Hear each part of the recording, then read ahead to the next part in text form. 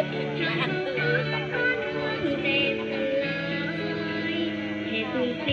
ินข้าวเหนียวเสียงแค่เหมือนขาดแคลนอาหารยิ้มยิ้มเมียพักหัวลูกพักพ่อแม่ไป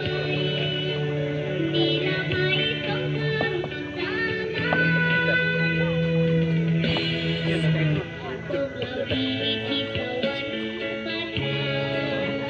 ส่งทุกท่านที่มีความดีให้กับชาติเกิดมีความงา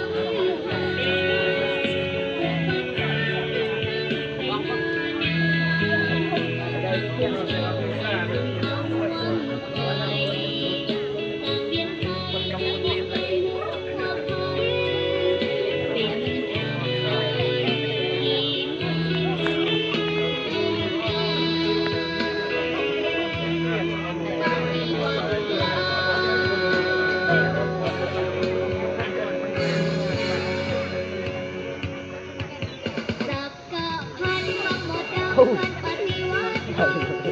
สุ่มกำลังทำหน้าดินทำหน้าดินเทบุญลง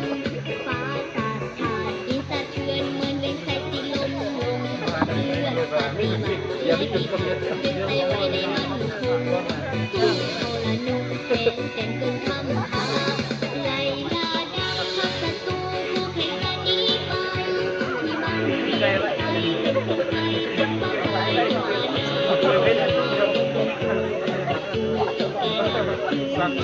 พญายเป็นคนไทยสุดถอยมีใจเลื่อยมาสุดท้าย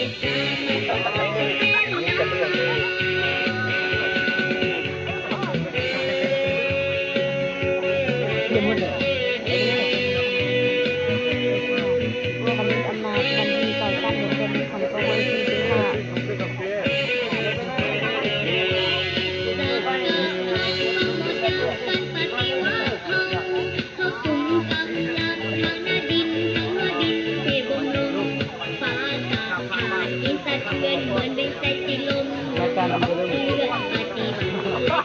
บัติเป็นใจไว้ได้มั่นคงสู้โบราณนุ่งแข็งแก่นเกินคำหาไล่ล่าดักทักศัตรูให้สานีไปที่มันเวียงใจเป็นคนใจเป็นภาพลายขึ้นมานาแล้วต้องบนสู่กับประตูดาราขึ้นมาพญายเป็นคนไทยสุดถอยมีใจเลื่อยมา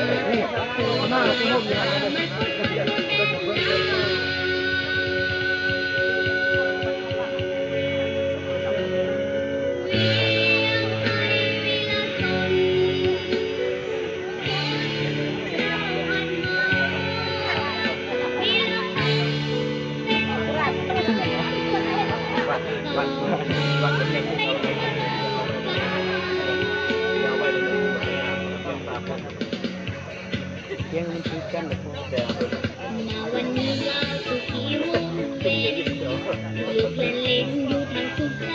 งามบอกลืมท่านเชื่อเลื่อนยงสะพายหลังเลี้ยงไว้เป็นดี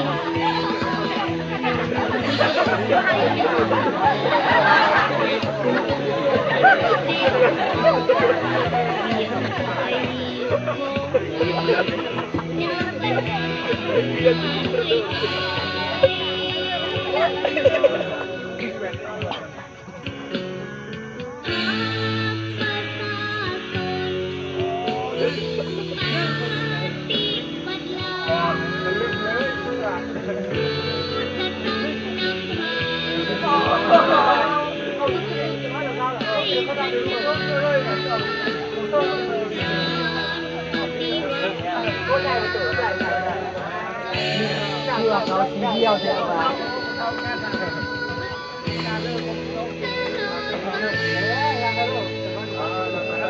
จะว่าจะทราบได้เอาลูกพี่มาเอาลูกเดียวทั้งมาทั้งเบิ้งทั้งเชื่อโอ้ยเลยเลย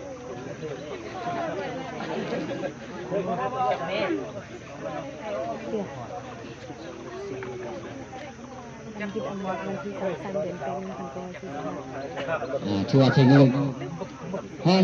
ซ่องๆเนาะจบไปแล้ว